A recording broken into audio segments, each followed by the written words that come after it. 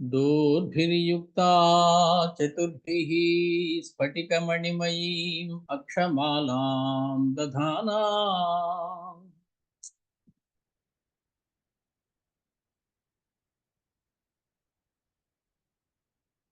हस्तेनैकेन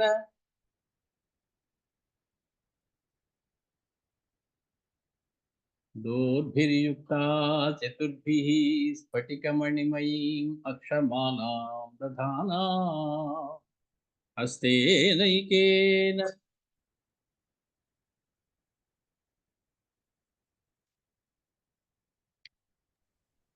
तेनैकेन पद्मं सितमपि च सुखं सितमपि च सुखं पुस्तकं पुस्तकं चापरेण भासा भासा कुन्देन्दुशङ्खस्फटिकमणिनिभा भासमाना समाना सा मे वाग्देवतेयं निवसतु वदने सर्वदा सुप्रसन्ना सा मे वाग्देवतेयं निवसतु वदने सर्वदा सुप्रसन्ना कूजन्तं राम रामेति मधुरं मधुराक्षरम् आरुह्य कविता शाखां वन्दे वाल्मीकि कोकिलम् పెద్దలందరికీ నమస్కారం. మనం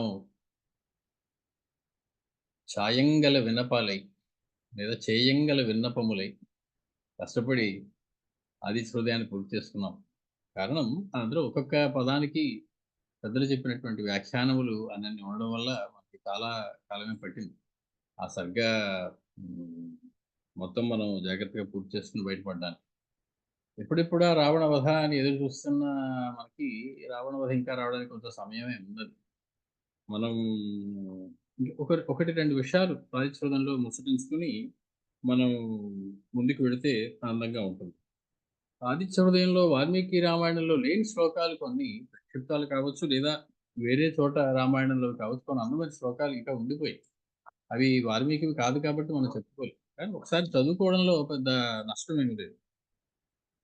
బ్రహ్మేశాన అచ్యుతేశాయ సూర్యాయ ఆదిత్యవర్చసే భాసుతే సర్వభక్షాయ రౌద్రాయ వక్షే నమః అన్న తర్వాత హంసాయ భువనధ్వాంతధ్వంసాయ అమిత తేజసే హంసవాహన రూపాయ భాస్కరాయ నమో నమః వేదాంగాయ పతంగాయ విహంగారూఢమూర్తయే హరిద్వర్ణతురంగాయ భాస్కరాయ నమో నమః భువనత్రయ రూపాయ భుక్తి ముక్తి ప్రదాయ చ భక్తదారిద్ర్యనాశాయ భాస్కరాయ నమో నమః లోకాలోక ప్రకాశాయ సర్వలోకైకచక్షుషే లోకోత్తర చరిత్రాయ భాస్కరాయ నమో నమః సప్తలోక ప్రకాశాయ సప్తసప్తిరథాయ చ సప్తద్వీప ప్రకాశాయ భాస్కరాయ నమో నమః మార్తాండాయ ద్యుమణయే భానవే చిత్రభానవే ప్రభాకరాయ మిత్రాయ భాస్కరాయ నమో నమః నమస్తే కమలనాథ నమస్తే కమలాప్రియ నమః కమలహస్తాయ భాస్కరాయ నమో నమః నమస్తే బ్రహ్మరూపాయ నమస్తే విష్ణురూపిణే నమస్తే రుద్రరూపాయ భాస్కరాయ నమో నమః సత్యజ్ఞానస్వరూపాయ సహస్రకిరణాయ చ గీర్వాణభీతినాశాయ భాస్కరాయ నమో నమః సర్వదుఃఖోపశాంతాయ సర్వపాపహరాయ చ సర్వవ్యాధివినాశాయ భాస్కరాయ నమో నమః సహస్రపత్రనేత్రాయ సహస్రాక్షస్తుతాయ చ సహస్రనామధేయాయ భాస్కరాయ నమో నమః నిత్యాయ నిరవధ్యాయ నిర్మల జ్ఞానమూర్తయే నిగమార్థ ప్రకాశాయ భాస్కరాయ నమో నమః ఏవం ఉక్త్వా తదాగస్యో జగామచ యథాగతం. యుద్ధం చూడడానికి వచ్చినటువంటి అగస్త్య మహర్షి యుద్ధం చూడకుండా వెళ్ళిపోయాడు. కారణం వచ్చింది యుద్ధం చూసేటువంటి మిష అనే అది మిష మాత్రమే గానీ, యుద్ధం చూడడంలో ఆయనకి పెద్ద ప్రత్యేకమైనటువంటి ఆసక్తి ఏమి లేదు. మహర్షి అనేటువంటి వారు ప్రతి క్షణాన్ని కూడా ఎంతో విలువైనదిగా భావిస్తూ ఉంటారు. వారు వచ్చిన పని పూర్తయిన మరుక్షణం అక్కడి నుంచి వారు తప్పుకుంటారు. ఇంకా మళ్ళీ కనపడరు. ఆ విశ్వామిత్రుడంతటి వాడు అంతసేపు రాముల వారితో గడిపి ఆయన వివాహం జరిగిన మరుక్షణం ఇప్పుడే వస్తా అని చెప్పి వెళ్ళిపోయారు. మళ్ళీ ఈ రామాయణంలో ఆయన కనపడుతూ ఉంటారు. కాబట్టి యుద్ధం చూడాలి అనేటువంటి మిష పెట్టుకొని దేవతలందరూ వెంట వస్తుంటే వాళ్ళ మాట కాదనలేక వచ్చి ఉంటారు యుద్ధం చూసేటువంటి మిషతోటి. కానీ ఆయన చేయదలుచుకున్న పని, ఆ కార్యం నెరవేర్చడం జరిగిపోయింది. రామచంద్రమూర్తికి ఆదిత్య హృదయం అనేటువంటిది ఉపదేశం చేయడం ద్వారా. ఇక్కడ కొంతమంది కొన్ని రకాల ప్రశ్నలు వేస్తూ ఉంటారు. ఏమని? రామచంద్రుడు సాక్షాత్ నువ్వే బ్రహ్మ, నువ్వే విష్ణువు అని చెప్పి సమస్తమైనటువంటి దేవతలు, బ్రహ్మగారు వీళ్ళందరూ పొగుడుతారు కదా యుద్ధం చేశాక. అటువంటి ఆయన ఇప్పుడు సూర్యుడిని ఆశ్రయించడం ఏమిటి? ఆ ఆదిత్య హృదయం పఠిస్తే తప్ప గెలవకుండా ఉండేటువంటి లక్షణం ఏమిటి? అని చెప్పి ఒక చిన్న ప్రశ్న ఒకటి వేస్తారు. స్వరూపం లేని పరమాత్మకి రూపం లేదు కాబట్టి ఏ రూపం ఇచ్చినా ఆయన తీసుకొని తీరాలి. ఏ రూపంలో మనం అర్చించినా ఆయన అర్చనలు అందుకోవాలి. కారణం ఆయనకంటూ ఒక రూపం లేదు కాబట్టి. రూపం ఉన్న మనకి లేదా పేరున్న మనకి మన పేరుతో తప్ప ఇంకో పేరుతో పిలిస్తే పలకమా? పేరు లేనివాడు కాబట్టి ఏ భక్తుడు ఏ పేరుతో పిలిచినా పలికేటువంటి లక్షణం. ఏ భక్తుడు ఏ రూపాన్నిచ్చినా దాన్ని స్వీకరించేటువంటి లక్షణం పరమాత్మకి. అలాగా మనం సూర్యుడికేసి చూసి, ఆ సూర్యుడే భగవంతుడు అని చెప్పి అర్చిస్తే, ఆ భగవత్ స్వరూపం సూర్యుడిలోనే ఉంటుంది. ఆ నారాయణ స్వరూపం అనుకుంటే నారాయణుడిగా, అమ్మవారి స్వరూపం అనుకుంటే అమ్మవారిగా, ఆ సవితృ మండలాంతర్వర్తి వర్తి అయినటువంటి పరమాత్మకి నువ్వు ఏ రూపాన్ని ఇస్తే ఆ రూపాన్ని తీసుకునే సూర్యుడికి ఆ రూపంలో మనం ఆహ్, ఉపాసన చేసుకునేటువంటి అవకాశం ఉన్నది. కాబట్టి ఎదురుగుండా కనపడుతున్నటువంటి ప్రత్యక్ష దైవం అని పిలువబడేటువంటి సూర్యనారాయణమూర్తిని ఏషః అని చెప్పి ఇతడు అని చెప్పి వెలితో చూపించి మరి ఆయనకి ఇంత ఉపదేశం చేశారు. ఆహ్, మనకి అక్కడ అగస్త్య మహర్షి. అంటే మరి మరొక ప్రశ్న తలెత్తుతుంది. ఏవండీ ఇప్పుడు సూర్యుడి గురించి చెప్పవలసిన అవసరం ఏమొచ్చింది? ఏకంగా ఇంకొక నారాయణమూర్తి గురించో చెప్పొచ్చు కదా! లేదా పరమశివుడి గురించో చెప్పొచ్చు కదా! సూర్యుడి యొక్క గొప్పదనం తీసుకొని సూర్యుడిని ఉపాసించండి అని చెప్పడం ఏమిటి? ఇంకెవరు లేనట్టు అని వెంటనే మనకి అనిపిస్తుంది. పూర్వ పురాణంలో దీనికొక సమాధానం ఉంది. ఏమంటుంది పూర్వ పురాణంలో అంటే 26వ అధ్యాయంలో బ్రహ్మా కృతయుగే దేవః కృతయుగంలో బ్రహ్మగారు దేవత. బ్రహ్మగారే దేవుడు. త్రేతాయాం భగవాన్ రవిః త్రేతాయుగంలో సాక్షాత్తు ఆదిత్యుడు ఆ సూర్యనారాయణ దేవుడు. ద్వాపరే దైవతం విష్ణుః కలౌ రుద్రో మహేశ్వరః. మనకి ద్వాపరంలో విష్ణువు దేవుడైతే కలియుగంలో రుద్రుడు దేవుడు అని చెప్పి ఈ కారణం వల్ల త్రేతాయుగానికి మామూలుగా అయితే రామచంద్రమూర్తి రంగనాథ స్వామిని రక్షించినట్లుగా మనం చూస్తాం. వారి కులదైవం రంగనాథ స్వామి వారింట్లో. కౌసల్యాదేవి నిత్యము రంగనాథుని కొలవడం మనం చూస్తూ ఉంటాం. అటువంటిది మీ కులదైవం కాకుండా ఆ సూర్య భగవానుడిని కొలవమని చెప్పడం పరమాద్భుతమైనటువంటి విషయం. కారణం ఏమిటి? ఆ రంగనాథుడినే నువ్వు సూర్య భగవానుడిలో చూడు కావలిస్తే.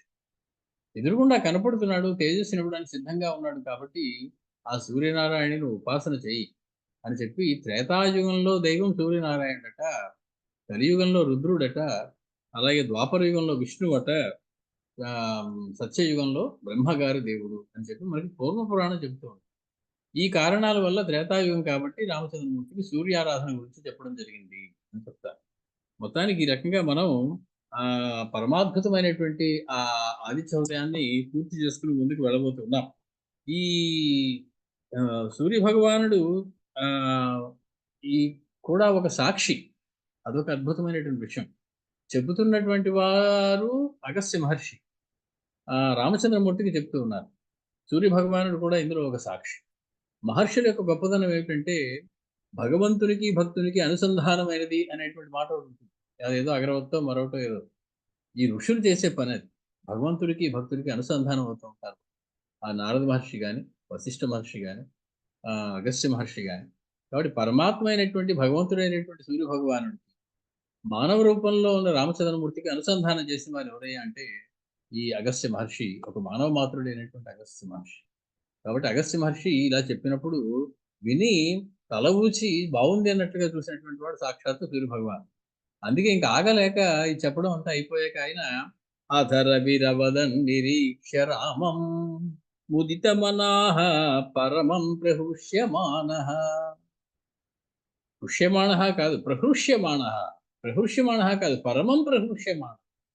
బాగా ఎక్కువగా పరమంగా సంతోషపడిపోయి ఆనందంతోటి ముదితమైనటువంటి మనసు కలవాడైనటువంటి రవిహి, సూర్యుడు, ఆదిత్యుడు అవదన్, రామచంద్రుడిని పిలిచి తన కులంలో పుట్టినటువంటి ఒక శిశువైనటువంటి రామచంద్రమూర్తిని పిలిచి ఆయన ఒక మాట చెప్తూ ఉన్నారు. నిశిచరపతి సంక్షయం విదిత్వా సురగణ మత్స్యగతః వచః త్వర ఇతి త్వరేతి. రామచంద్రమూర్తిని ప్రచోదన చేస్తూ ఉన్నాడు సూర్యభగవానుడు. త్వరపడవయ్యా, ఇంకా నిలబడ్డావేమిటి ఇక్కడ? త్వరలో రావణాసురుని యొక్క వినాశం దాపురించబోతుంది. దానికి ముహూర్తం సిద్ధమై ఉన్నది. నువ్వు ఇక్కడ ఇంకా నుంచుంటే కుదరదు. 3 సార్లు నన్ను ఆశమనం చేశావు. నేను కరిగిపోయాను. ఆనందపడిపోతూ ఉన్నాను. ఆ సూర్యవంశంలో పుట్టినటువంటి వాడు సూర్యుడిని ఆరాధన చేస్తూ ఉన్నాడు. నాకదే కావాలి. కాబట్టి నువ్విక త్వరగా వెళ్ళు అని చెప్పి ప్రేరణ ఇస్తూ ఉన్నాడు సూర్యభగవానుడు. ఆయన పేరు సూర్యుడు అని పిలవడానికి కారణమే సూయి ప్రేరణే అనేటువంటి ధాతువు నుంచి వచ్చింది సూర్య శబ్దం. కాబట్టి ప్రేరణ ఇవ్వడం ఆయన పని. రామచంద్రమూర్తికి ప్రేరణ ఇస్తూ ఉన్నాడు. అందుకే రోజు ఉదయం నమస్కారం పెట్టుకున్నప్పుడు ధియో యో నః ప్రచోదయాత్. ఎవరైతే మన మనస్సుని ప్రచోదన చేస్తారో అటువంటి సూర్య భగవానుడికి నమస్కారం అని పెట్టుకుంటాం. ఆ ఆ ప్రచోదన చేయడం అనేది మనం ఇప్పుడు కనపడుతుంది. స్వయంగా సూర్యుడు రామచంద్రమూర్తిని ప్రచోదన చేస్తున్నాడు. త్వర, నాయనా ఇంక త్వరపడు, లే, వెళ్ళు అని చెప్పి చేస్తూ ఉన్నాడు. సరే, మొత్తానికి ఆదిత్యుడు అని చెప్పుకున్నాం. ఆదిత్యుడు చెప్పుకున్నాక ఏం చేయాలి? మనకి శాస్త్రం చెప్పింది, రామాయణ మహాత్మ్యం చెప్తూ ఉన్నది. ఆదిత్య హృదయే పుణ్యే గుడాన్నం ఘృత సంయుతం కోమలాన్ నారికేళాంశ్చ శేక్షుదండాన్ నివేదయేత్. మనం చేసామో చేయకపోయినా మానసికంగా ఇప్పుడు చేసుకోవచ్చు. నైవేద్యం అన్నది నిజంగా భగవంతుడు తింటాడని తెలిస్తే మనం ఎవరు పెట్టాం. తినడు కదా అని మనం ధైర్యంగా నైవేద్యాలు పెడుతున్నాం. ఇప్పుడు ఒక నైవేద్యం పెట్టండి అయ్యా ఆదిత్యుడికి, 100కి 100 ఆయన తీసేసుకోరు. మనం కంగారు పడక్కర్లేదు. ఇప్పుడు మన దగ్గర పెట్టడానికి లేదు కూడా. కానీ మానసికంగా పెట్టొచ్చు. మానస పూజ అనేటువంటి ఉంది. దాని ప్రకారం మనం ఇప్పుడు ఒకసారి ఆ ఆదిత్యుడు అంత ముఖ్యమైనటువంటి పాత్ర రామరావణ సంగ్రామంలో లేదా రామాయణంలోను కలిగించినటువంటి ఆదిత్య హృదయ స్తోత్రం విన్న తర్వాత, చదివిన తర్వాత నేతితో కూడినటువంటి చక్కెర పొంగలి నైవేద్యం పెట్టాలి. మనం ఊహించుకోవచ్చు. మానసికంగా నేతితో చక్కెర పొంగల్ తయారు చేసి దానిలో బోలెడన్ని రకరకాల జీడిపప్పులు, బాదం పప్పులు వేయొచ్చు. అటువంటిది లేత కొబ్బరి బోండాల్ని నైవేద్యం పెట్టాలి. అలాగే చెరకు గడలను నైవేద్యం చేయాలి. ఆదిత్య హృదయే పుణ్యే గుడాన్నం ఘృత సంయుతం కోమలాన్ నారికేళాంశ్చ శేక్షుదండాన్ నివేదయత్. ఇది మనకి స్కాంద పురాణాంతర్గతమైనటువంటి లేదా పద్మ పురాణాంతర్గతమైనటువంటి రామాయణ మహాత్మ్యం అనేటువంటి దానిలో మనకి చెప్పబడినటువంటి వ్యవహారం. ఇది ఆ కుమార సంహితలో కూడా అగస్త్య మాండకర్ణి సంవాదం అని చెప్పి అసలు రామాయణాన్ని ఎలాగా హవనం చేయాలి అనేటువంటి విశేషాలు ఇవ్వడం జరిగింది. కాబట్టి అగస్త్య మహర్షికి రామాయణానికి ఒక సంబంధం ఉన్నది. రామచంద్రమూర్తి అగస్త్య మహర్షి యొక్క కథని తనంతట తాను స్వయంగా విశ్వామిత్రుడి చేత ఎవరి చేత చెప్పించలేదు. తనంతట తాను స్వయంగా లక్ష్మణ స్వామితో చెప్పారు. అంటే అగస్త్యునికి రామచంద్రమూర్తి ఇచ్చినటువంటి ప్రాముఖ్యం అంతటిది. అందరూ ఋషులు కూడా రామచంద్రమూర్తిని ఎప్పుడు వస్తాడు మా దగ్గరికి, ఎప్పుడు చూద్దాం అనుకున్నారు. కానీ అగస్త్యుడు ఒక్కడే రామచంద్రమూర్తి అనుకున్నాడు, నేను ఎప్పుడు చూస్తాను అగస్త్యుడిని, నేను ఎప్పుడు చూస్తాను. కనపడిన ప్రతి వారిని అడిగారు రామచంద్రమూర్తి, అగస్త్యుడు ఎక్కడ ఉంటాడు, నేను ఒకసారి చూడాలి అని చెప్పి. కాబట్టి ఋషులు ఎవరిని దర్శించాలని అనుకునేవారో ఆయన అగస్త్య మహర్షిని దర్శించాలి అని. కారణం ఇది. ఆయన దగ్గర దాచిపెట్టినటువంటి అస్త్రాలు, శస్త్రాలు తీసుకోవడం ఈ ఆదిత్య హృదయం అనేటువంటి పేరుతోటి సూర్య సంబంధమైనటువంటి తేజస్సుని, తపస్సుని, ఆయన తపస్సు అంతా రామచంద్రమూర్తికి ధారపోసాడని మనం చాలాసార్లు చెప్పుకున్నాం. ఆ రకంగా రామచంద్రమూర్తి ఈ ఆదిత్య హృదయాన్ని పారాయణ చేశారు. అక్కడితోటి మనకి 105వ సర్గ పూర్తయింది. కొన్నిట్లో సర్గ సంఖ్యలకు మారుతూ ఉన్నాయి కొన్ని చోట్ల. కానీ 105వ సర్గ మనం చెప్పుకుంటున్నటువంటి పుస్తకం ప్రకారం ఇది మనం 106వ సర్గలోకి ప్రవేశిస్తున్నాం. ఇంతసేపు రావణుడు వెళ్ళిపోవడమే కదా అనుకోకండి. చాలా సేపు యుద్ధం జరగబోతున్నది. ఎలాంటి యుద్ధము అంటే వర్ణనకి అందనటువంటి యుద్ధం. అది ఇలా ఉంది అని చెప్పడానికి వీలు లేనటువంటి యుద్ధం. అది అది కూడా చెప్పేటువంటి అందం ఎంత అందంగా చెప్పారు మహర్షి మనం తర్వాత చూడబోతున్నాం. మొత్తానికి సారథి సరథం హృష్టం పరసైన్య ప్రదర్శనం గంధర్వనగరాకారం సముత్సిత పతాకినం. రావణాసుడి యొక్క సారథి వెంటనే పరుగు పరుగున ఒక రథాన్ని తీసుకొచ్చాడు. రావణాసుడి దగ్గరగా నిలిపాడు. ఎలా ఆ రథంలో రావణాసుడు ఎక్కి కూర్చున్నాడు. ఎలా ఉందంటే ఆ రథం మంచి ఆనందంగా తీసుకొచ్చాడు. సారథి కూడా. సారథికి చివాట్లు పడ్డాయి ఇదివరకి. మధ్యలో ఒకసారి వెనక్కి తీసుకెళ్ళిపోయినందుకు. ఏం చేయమంటావా? నీకు స్పృహ తప్పి పడిపోతూ ఉంటే నేను రక్షించుకోవద్దా? కాబట్టి వెనక్కి తీసుకెళ్ళిపోయాను. నా ధర్మాల్లో అదొకటి. రథికుడిని నేను రక్షించుకుంటూ ఉండాలి. కాబట్టి నేను తీసుకెళ్ళాను. నువ్వు కోపం తెచ్చుకోవద్దు అని బతిమాలాడు. మొత్తానికి ఆనందపడి ఆయన కంకణాన్ని తీసి బహూకరణ కూడా చేశాడు రావణాసుడు. ఆ సారథి ఇప్పుడు హృష్టః చాలా సంతోషంతోటి ఒక రథాన్ని తీసుకొచ్చాడు. ఎలా ఉంది ఆ రథం? అనేకమైనటువంటి విశేషాలు వేశారు ఆ రథానికి. మామూలు రథం అయితే కాదది. పరసైన్య ప్రదర్శనం. శత్రు సైన్యాల్ని భయపెట్టేసేది. శత్రు సైన్యాల్ని అంతం చేసేటువంటిది. అటువంటి గంధర్వ నగరాకారం. ఎంత పెద్ద రథం అయ్యాదంటే ఒక గంధర్వ నగరమే కదిలి వచ్చేస్తోందా అన్నట్టుంది. అంత పెద్ద రథాన్ని ఒకదాన్ని తీసుకొచ్చాడు. సముచ్చిత పతాకినం. అనేకమైనటువంటి పతాకములు ఎగురుతూ ఉన్నాయి దాని మీద. యుక్తం పరమ సంపన్నై వాజిభి హేమమాదిభి. ఎటువంటి అది గుర్రముతో పోల్చబడింది అంటే పరమ సంపన్నై వాజిభి హేమమాదిభి. మిక్కిలి వేగము మొదలైన వాటిలో, దృఢత్వము మొదలైనటువంటి వాటిలో మిక్కిలి గొప్పవైనటువంటి అన్ని మంచి గుణములు కలిగినటువంటి బంగారు మాలలతోటి మెడలో అలంకారములు కలిగినటువంటి గుర్రములు ఆ రథానికి ఉంచాడు. అంతేకాదు ఆ రథం నిండా బోల్డున్నాయి. ఏమిటివి? యుద్ధోపకరణై పూర్ణం. ఒకటి కాదు, రెండు కాదు, సమస్తమైనటువంటి ఆయుధాలు నిండిపోయి ఉన్నదంట. అందుకే అంత పెద్ద రథం. గంధర్వ నగరం అంత పెద్దగా ఉన్నది. బాణాలున్నాయి, ధనుస్సులున్నాయి, గదలున్నాయి, ముసలములున్నాయి, శూలములున్నాయి. ఒకటి కాదు, ఖడ్గములున్నాయి. పేరు ఏది చెప్పినా ఆయుధమన్నీ కూడా వందల సంఖ్యలో ఉన్నాయి ఒక్కొక్కటి ఆ రథం నిండా. పతాక ధ్వజమాలిని. అది పతాకములు ధ్వజములు యొక్క వరుసలు కలిగి ఉన్నది. వరుసగా ఒకదాని పక్కన ఒకటి ఈ పతాకములు కట్టినట్టు అదొక అందం. మనము పెద్దలు ఎవరన్నా వచ్చినప్పుడు పెద్ద పెద్ద సమావేశాల్లో కడుతూ ఉంటాం. అందం. అవన్నీ పతాకములు అని పేరు వాడి. ధ్వజనీభి. ధ్వజములు కూడా ఉన్నాయి. ధ్వజము పతాకం ఒకటే అనుకుంటాం కానీ కాదు.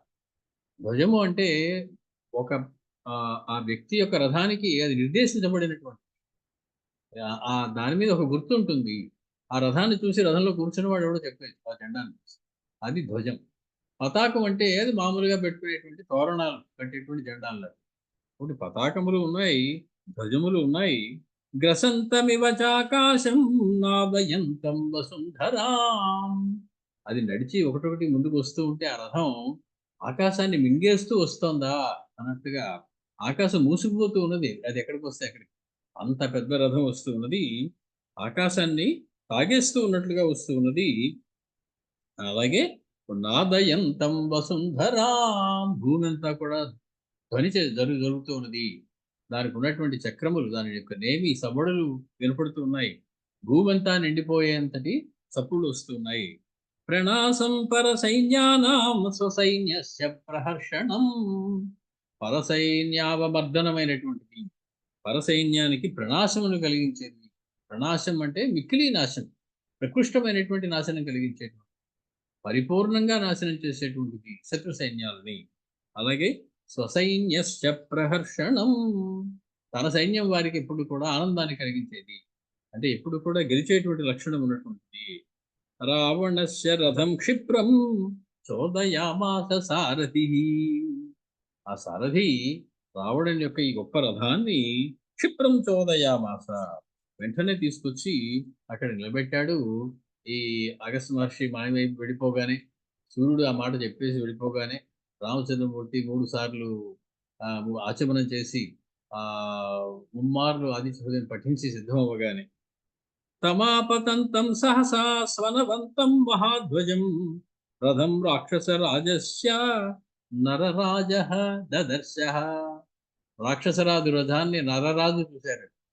నరరాజు అంటే రామచంద్రమూర్తి, నృణాం రాజా, ఆయన నరులందరికీ కూడా రాజు.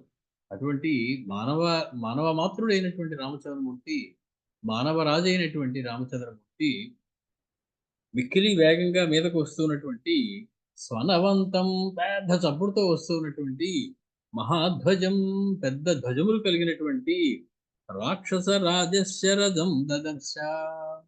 నరరాజు అయినటువంటి రామచంద్రమూర్తి రాక్షసరాజు అయినటువంటి రావణాసుడి యొక్క రథాన్ని చూశారట. ఆ ఆశ్చర్యం, రామచంద్రమూర్తి ఆశ్చర్యపోయారు. ఇంత పెద్ద రథాలు కూడా ఉంటాయా? ఇది బాబోయ్, ఒక నగరం నగరం నడిచి వచ్చేస్తున్నట్టుగా ఉంది. ఎన్ని చక్రాలు, ఎన్ని గుర్రాలు, ఎన్ని ధ్వజాలు, ఎన్ని పతాకాలు, ఎన్ని ఆయుధాలు దాని మీద. అటువంటి రథం వస్తూ ఉంటే చూసి ఆశ్చర్యపోయారు. కృష్ణవాజి సమాయుక్తం యుక్తం రౌద్రేణ వర్చసా.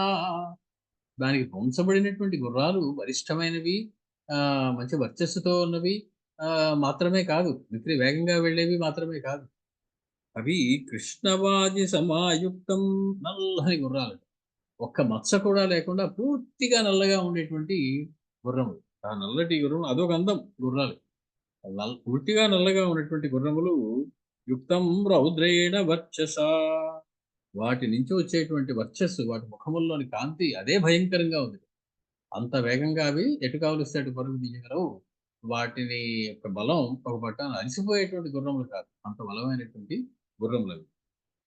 దీప్యమానమివాకాశే విమానం సూర్యవర్చసం తడిత్ పతాకాగహనం దర్శితేంద్రాయుధ ప్రభం.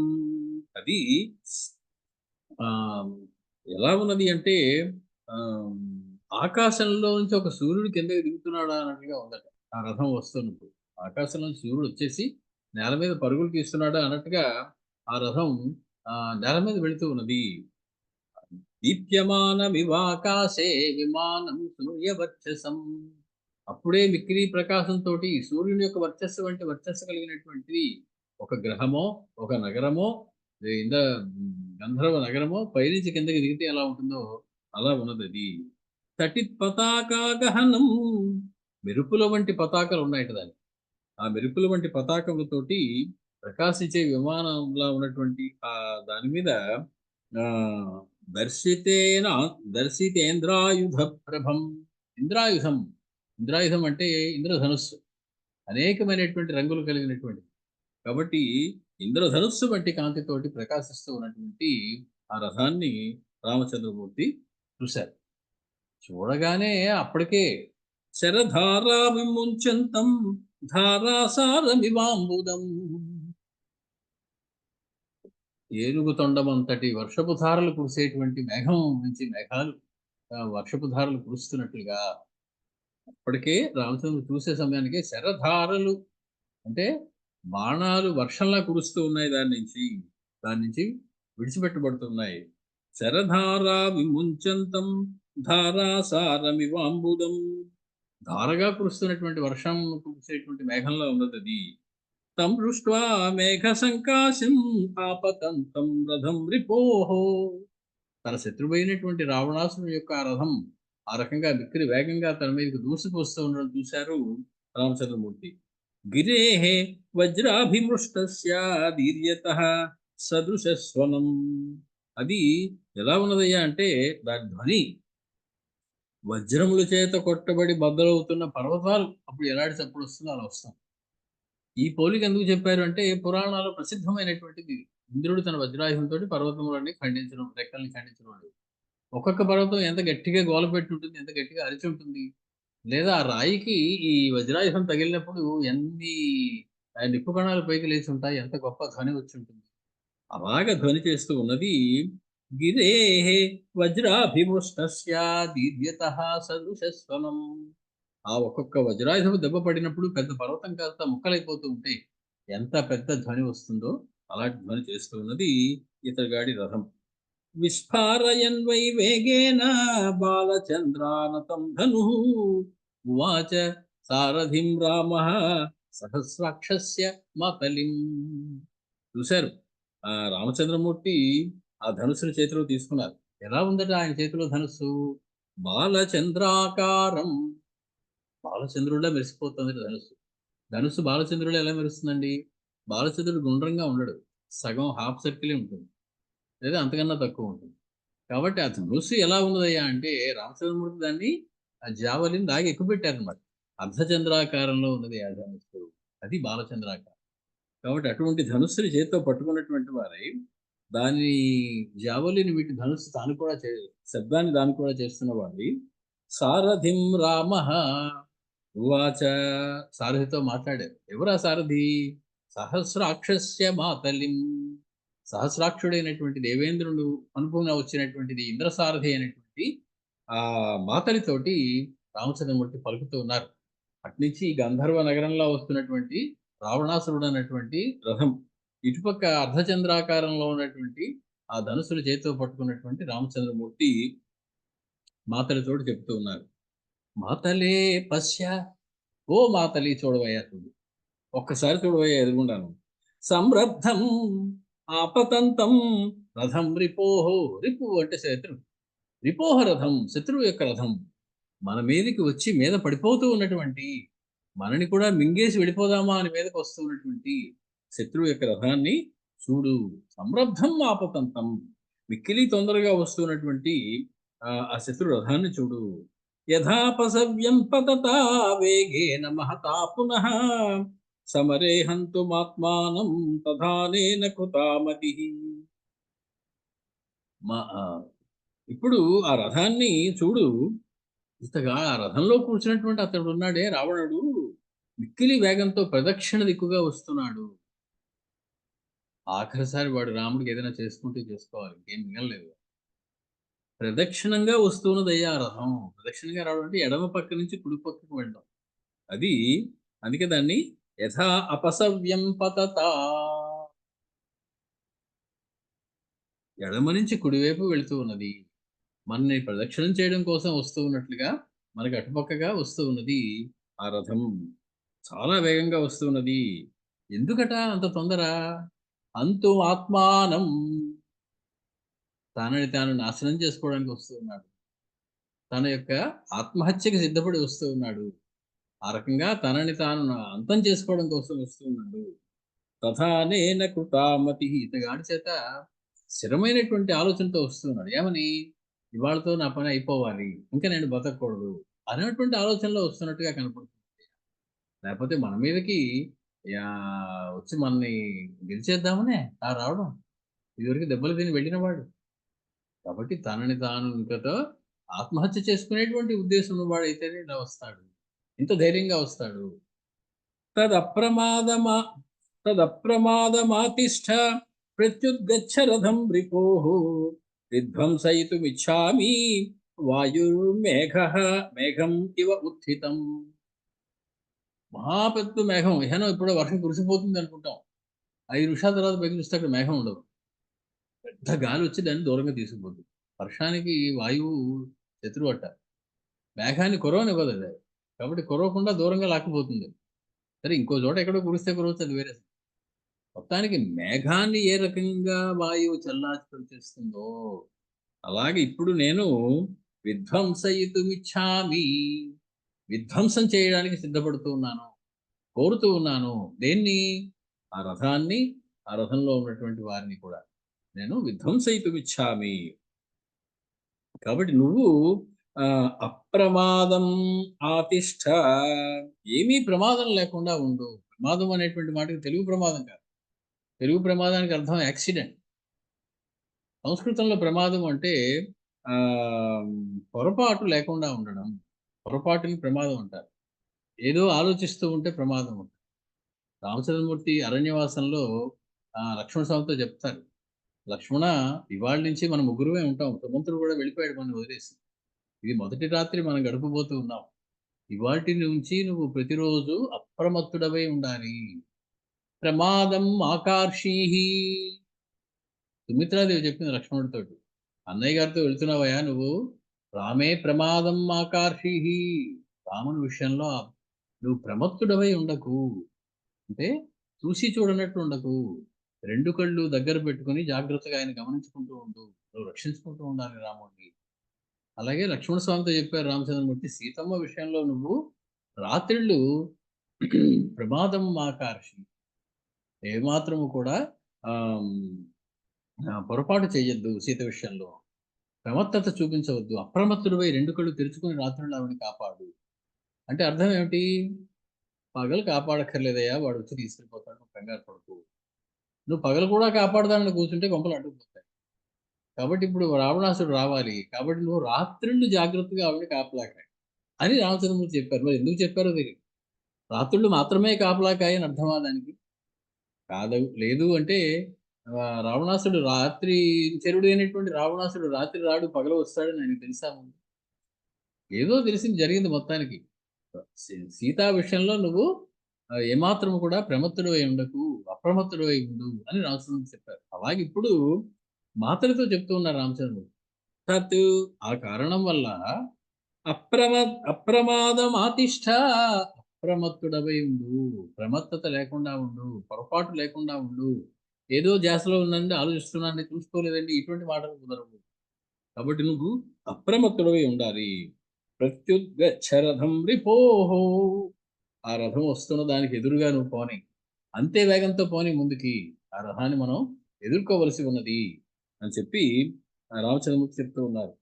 అవిక్లబం అసంభ్రాంతం అవ్యగ్రహృదయేక్షణం రశ్మి సంచార నియతం ప్రచోదయ రథం ధృతం. నువ్వు నీ రథాన్ని ఎలా తోలాలంటే ఇప్పుడు మాతలి చాలా అనుభవజ్ఞుడైనటువంటి సారథి. దేవేంద్రుడికి ఎన్నో యుద్ధాలకి ఆయన సారథ్యం వహించాడు. అందులో సందేహం లేదు. దేవేంద్రుడు సారథ్యం చేయడం వేరు, మా రామచంద్రమూర్తి సారథ్యం చేయడం వేరు. ఆ స్థాయి ఇంకా మాతలికి వచ్చి ఉండదు. అందుకని రామచంద్రమూర్తి ఒక చిన్న మాట చెప్తున్నారు. గుర్రాల కళ్ళాలని బాగా గట్టిగా పట్టుకో నాయనా. పట్టుకుని దానిని గుర్రాన్ని నీ అదుపులో ఉంచుకో. నువ్వు చెప్పినట్టు వెళ్ళాలి గుర్రం. కుడి పక్క వెళ్ళమంటే కుడి పక్కకి, ఎడమ పక్క వెళ్ళమంటే ఎడమ పక్కకి. వాటిని భయపడకుండా, తొందర పడకుండా, నీ హృదయంలో తొందర ఉండకూడదు, నీ చూపులో తొందర ఉండకూడదు. అలా నువ్వు రథాన్ని నడుపు. అవిక్లబం ఏమీ భయపడకుండా, అసంభ్రాంతం ఏమీ కంగారు లేకుండా, అవ్యగ్ర హృదయ క్షణం ఏ- ఆ, ఏమీ వ్యగ్రత లేనటువంటి హృదయం, వ్యగ్రత లేనటువంటి కన్ను. కన్నుతో నువ్వన్నీ గమనించుకుంటూ ఉండాలి చుట్టూ. అంత పెద్ద యుద్ధం జరిగిపోతుందని గుండె జారిపోతే రథాన్ని తోలేటువంటి వాడికి దాని మీద కూర్చున్న వాడు యుద్ధం చేయలేడు. కాబట్టి నువ్వు ఏమాత్రము తొట్టుపాటు లేనటువంటి చూపు, హృదయము కలవాడవై రశ్మి సంచార నియతం. రశ్మి అనేటువంటి మాటకి కిరణం అని మనం ఇద్దరికి అర్థం చెప్పుకున్నాం. రశ్మి అనేటువంటి మాటకి గుర్రానికి కట్టేటువంటి పగ్గం అనేటువంటి తాడు అని కూడా అర్థం ఉన్నది. కాబట్టి ఆ నువ్వు నియంత్రించాలి నీ గుర్రాలు. ఈ తాడుని గట్టిగా లాగడం, వదిలిపెట్టడం, గట్టిగా లాగడం, లేదా ఒక 2 ఉంటాయి దానికి 2 చివరలు. ఒక చివర లాగి దాన్ని కుడి పక్క వెళ్ళేటట్టు చేయడం, రెండోది పట్టుకొని ఎడమ పక్కది లాగి ఎడమ పక్కకు వెళ్ళేటట్టు చేయడం. ఇవన్నీ అశ్వసంచారంలో ఉన్నటువంటి మెళకువలు. కాబట్టి ఈ మెళకువలన్నీ చూస్తూ నువ్వు రామచంద్ర జాగ్రత్తగా నీ రథాన్ని నడపవలసి ఉంటుంది. కామం నత్వం సమాధేయః పురందర రథోచితః యుయుత్సుః అహం ఏకాగ్రః స్మారయే త్వాం న శిక్షయే. ఏమయ్యా నేనేదో నీకు పాఠాలు చెప్తున్నాను. నువ్వెవరయ్యా? రథం సర్పంలో నీకు ఎక్కువ మెలకువ ఉందా? నాకెక్కువ మెలకువలు తెలుసా? నాకు చెప్తావేంటి? నేను ఎన్ని యుద్ధాలకెళ్ళానో తెలుసా? అనుకుంటావేమో. నేనేం చేస్తున్నానంటే, స్మారయే త్వాం న శిక్షయే. నీకోసారి గుర్తు చేస్తున్నాను అంతే. నీకు కొత్తగా శిక్షణ ఇవ్వాలని నేనేం అనుకోవటం లేదు. ఎందుకంటే నువ్వు చాలా గొప్ప సారథివి. కామం న త్వం సమాధేయః. నీకు దేవేంద్రుడి రథం తోలడం బాగా అలవాటు. కాబట్టి నువ్వు బానే ఆ దేవేంద్రుడి రథాన్ని తోలుతావు. కాబట్టి నీకు ఇలా చెయ్యి, అలా చెయ్యి అని నాకు చెప్పవలసిన అవసరం లేదు. నీకు చెప్పించుకోవాల్సిన పని లేదు నువ్వు. కానీ నేను ఏకాగ్ర చిత్తంతో యుద్ధం చేయదలుచుకున్నాను. మళ్ళీ నేను నీతో మాట్లాడే అవసరం గాని, పని గాని ఉండదు. మాటి మాటికి నేను నీతో మాట్లాడను. నేను ఏకాగ్రంగా యుద్ధం కేసే చూస్తూ ఉంటాను. రావణాసురుడినే చూస్తూ ఉంటాను. ఆ యుద్ధంలోనే నిమగ్నమై ఉంటాను. కాబట్టి నీతో నేను మళ్ళీ మాట్లాడలేకపోవచ్చు. కాబట్టి స్మారయే త్వాం న శిక్షయే. నీకు ఒకసారి గుర్తు చేస్తూ ఉన్నాను జాగ్రత్తగా రథం తోలవయ్యా అంతే. నీకు నేనేమి పాఠాలు చెప్పదలుచుకోలేదు. పరితుష్టః స రామస్య తేన వాక్యేన మారుతిః మాతలిః. ఆశ్చర్యపోయాడు మాతలి, ఆనందపడిపోయాడు. రామచంద్రమూర్తి అంతటి వారు, "ఏమయ్యా నీకు నేను పాఠాలు చెప్తున్నాను అనుకోకు సుమా! నీకు తెలియని విషయం కాదు. దేవేంద్ర రథాన్ని నువ్వు బాగా తోలావు. నేను నీకోసారి గుర్తు చేస్తున్నాను ఎందుకంటే నేను ఏకాగ్రంగా యుద్ధం చేస్తానికి తర్వాత నేను మాటి మాటికి చూసుకోను. నువ్వెలా నడుపుతున్నావు ఇవన్నీ. నేనే ఒకసారి నీకు గుర్తు చేశాను" అంటే అనగానే పరితుష్టః, చాలా ఆనందపడ్డాడు, సంతృప్తి పొందాడు మాతలి. ప్రచోదయామాస రథం సురసారథిరుత్తమః. ఆ ఇంద్రరథాన్ని, ఉత్తమమైనటువంటి ఇంద్రరథాన్ని ప్రచోదయామాస, తోలడం మొదలెట్టాడు. రాముల వారి రథం కూడా కదులుతూ ఉన్నది. అట్నుంచి మిక్కిలి వేగంగా గంధర్వ నగరం అంత ఉన్నటువంటి రావణాసురుని రథం కూడా మీదకి వస్తూ ఉన్నది. అపసవ్యం తతః కుర్వన్ రావణస్య మహారథం చక్ర సంభూత రజసా రావణం వ్యవధూనయత్. అతడి ఒక కిటుకు చేశాడు. మళ్ళీ రావణాసురుడి రథానికి ప్రదక్షిణగా ఒక్కసారి తన రథాన్ని తిప్పాడు. ఆ తిప్పే చాకచక్యం ఎలా తిప్పాడంటే, విపరీతమైనటువంటి దుమ్ము పైకి లేచేలా తిప్పాడు. ఆ దుమ్మంతా కమ్మేసి మొత్తం అంతా ఆకాశం అంతా రామచంద్రుడు ఎక్కడున్నాడో, అతని రథం ఎక్కడుందో ఏమీ కనపడలేదు రావణాసురుడు. అలాగా రావణాసురుడిని మొత్తం కప్పివేశాడు దుమ్ముతోటి. ఎందుకని? "నువ్వు కాసేపట్లో అక్కడే పడుకోవాలి. ఆ దుమ్ములోనే ఉండాలి. ఇంకా సేపటికి నువ్వు దుమ్ముగా మిగిలిపోతావు. ఏమి ఉండదు. అంతా బూడిద" అని చెప్పడం కోసమా అన్నట్లుగా ఒకసారి రావణ రథం చుట్టూ కూడా మిక్కిలి వేగంగా ఆ దుమ్ము పైకి లేచేటట్టుగా మాతలి తన రథాన్ని నడిపాడు. తత క్రుద్ధః దశగ్రీవః, చాలా కోపం వచ్చింది. రావణాసుడు మిక్కిలి క్రుద్ధుడయ్యాడు. తామ్ర విస్ఫారితే క్షణః, ఎర్రని కళ్ళు ఒక్కసారి తెరిచాడు. 2 కాదు, 20 కళ్ళు తెరిచాడు ఒక్కసారి. ఆశ్చర్యంగా కోపంగా చూశాడు మాతలి వైపు. రథప్రతిముఖం రామం సాయకైరవధూయ అవధూయ అవధూనయత్. మిక్కిలి వాడి అయినటువంటి బాణాల్ని రాముల వారి ముక్కు విడిచిపెట్టి గబగబా బాణాన్ని వర్షాన్ని కురిపిస్తున్నాడు రామచంద్రమూర్తి మీదకి. దర్శనామర్షితో రామో ధైర్యం రోషేణ లంబయన్ జగ్రాహసు మహావేగం ఐంద్రం యుధిశరాసనం. దర్శనామర్షితః, ఎదిరించడం వల్ల చాలా కోపం వచ్చింది రామచంద్రమూర్తి. నా అంతటి వాడి మీదకే నువ్వు ఇంకా యుద్ధానికి సిద్ధమవుతున్నావో లేదో అనుకున్నావు. అప్పుడే నువ్వు బాణాలు వేయడం మొదలెట్టేశావు అని అతడు ఎదిరించడం వల్ల మిక్కిలి కోపించినటువంటి రామచంద్రమూర్తి రోషేణ ధైర్యం లంబయన్, మిక్కిలి రోషంతోటి. రోషం అనేటువంటి మాటకు అర్థం ఏంటంటే సరియైనటువంటి అర్థం సంస్కృత భాషలో తనకన్నా తక్కువ వారి ముందు తనకి జరిగిన అవమానం వల్ల వచ్చేటువంటి మానసిక ఉద్వేగానికి రోషం అంటారు. రోషం అంటే మామూలుగా కోపం అని అర్థం చెప్తాం. అన్ని కోపాలు వేరు, రోషం వేరు. రోషం తన కన్నా తక్కువ వాళ్ళ ముందు తనకు అవమానం జరిగితే, వాళ్ళందరూ నవ్వితే, లేదా వాళ్ళు చేయకూడని పని చేస్తే దానివల్ల వచ్చేటువంటి మనోవికారానికి రోషం అని పేరు. రోషంతో వచ్చింది రామచంద్రమూర్తికి, "నువ్వు కూడా నాతో యుద్ధానికి చేయడానికి సిద్ధపడిపోతున్నావా? ఓ రావణుడు" అని చెప్పి ఒక రోషంతోటి ధైర్యం తెచ్చుకుని రామచంద్రమూర్తి జగ్రాహ సుమహావేగం ఐంద్రం యుధి శరాసనం. శరాసనం, ఐంద్రం, ఇంద్రుడు వాడినటువంటి ధనుసు తీశాడు ఆయన. ఇంద్రుడు వాడిన ధనుసు అక్కడెలా ఉంది? ఇంద్రరథం అది. కాబట్టి అక్కడే ఉంటుంది అది. దానికి పోల్చబడినటువంటి ఇంద్రుడి యొక్క గుర్రం అది. కాబట్టి ఇంద్రాశ్వముల చేత పోల్చబడినటువంటి ఇంద్రుడి రథం మీద ఉన్నటువంటి ఇంద్రుడి ధనస్సుని రామచంద్రమూర్తి పైకెత్తారు. మనం మామూలుగా అనుకుంటాం, రామచంద్రమూర్తి కోదండాన్ని పట్టుకునే ఉంటారు. ఆ కోదండంతోటి అన్ని పనులు చేశారు. రకరకాల ధనుస్సులు వాడారు. వైష్ణవ ధనుస్సులు కూడా తన చేతిలో పెట్టుకుని ఆడించి చూసారు. మనకు తెలుసు పరశురాముడి చేతిలోంచి లాక్కొని. కాబట్టి ధనుస్సు అంటే సరదా. ఏ ధనుస్సు అయినా వాడి చూస్తారు. కాబట్టి రామచంద్రమూర్తి అటువంటి ధనుస్సు తీశారు పైకి. మనం అలాగే ఇంకోటి కూడా అస్తమానం చెప్పుకుంటూ ఉంటాం. శివధనుస్సు విరిగిపోయిందంటే త్ర్యంబకాసురుడిని సంహరించినటువంటి ధనుస్సు కాదయ్యా అది. అది వేరే ధనుస్సు. శివుడి చేతిలో ఉన్నటువంటి పినాకము కాదయ్యా అది. పినాకం ఇప్పటికీ శివుడి చేతిలోనే ఉంది. రామచంద్రమూర్తి ఏమి విరిచేయలేదు. శివుడు వాడినటువంటి ఒక ధనుస్సు అంతే. శివుడు ఎప్పుడూ ఆ ధనుస్సునే వాడాలని లేదు. అనేక ధనుస్సులుంటాయి. శివుడి యొక్క వాడేటువంటి ధనుస్సుకి పినాకము అని పేరు. ఆయనకి పినాకి అని పేరు. కాబట్టి పినాకం ఆయన దగ్గరే ఉంది. ఎప్పుడైనా శివుడికి ధనుస్సుతో చూసినప్పుడు ఏమంటే రాముడు విడిచేసాడు కదా! మళ్ళీ ఎక్కడి నుంచి వచ్చింది ధనుస్సు అని అడగకూడదు. కారణం మనం జాగ్రత్తగా గమనించుకుంటూ ఉండాలి ఇవన్నీ. ఆ ధనుస్సు వేరు. ఈ ధనుస్సు వేరు. ఇప్పుడు ఈయన ఇంద్రుడి యొక్క ధనుస్సుని పైకి తీశారు రామచంద్రమూర్తి. రామచంద్రమూర్తి చేతిలో ఏ ధనుస్సు ఉంటే అదే కోదండం అండి. కోదండం అనేటువంటి మాటకి విలాసంగా వాడేటువంటి ధనుస్సు అని అర్థం. రామచంద్రమూర్తి ఏమీ కష్టపడకుండా సునాయాసంగా ఒక ఆట ఆడినట్టుగా ఆ బాణాలు సంధిస్తూ ఉంటారు దాని నుంచి. కాబట్టి దాని పేరు కోదండము. విలాసార్థమైనటువంటి ధనుస్సు. విష్ణు శాపం ఆయన చేతిలోకి తీసుకున్నప్పుడు, అప్పుడు సాక్షాత్ విష్ణుమూర్తిలా కనిపించారు రామచంద్రమూర్తి. ఇప్పుడు ఇంద్రచాపాన్ని తీసుకున్నారు చేతుల్లోకి. మెరిసిపోతున్న ఇంద్రుడిలా కనిపిస్తూ ఉన్నారు రామచంద్రమూర్తి. ఇంద్రుడంటే రామచంద్రమూర్తి అన్నగారి కింద లెక్క. ఆయన ఉపేంద్రుడు, ఈయన ఇంద్రుడు. మొత్తానికి మికిలి ప్రకాశించేటువంటి, మిక్కిలి వేగంగా బాణాలు వదిలేటువంటి శరాసనం తీసుకున్నారు. శరము అంటే బాణం, దానికి ఆసనము. శరాన్ని దేని మీద కూర్చోబెడతాం? అది విల్లు.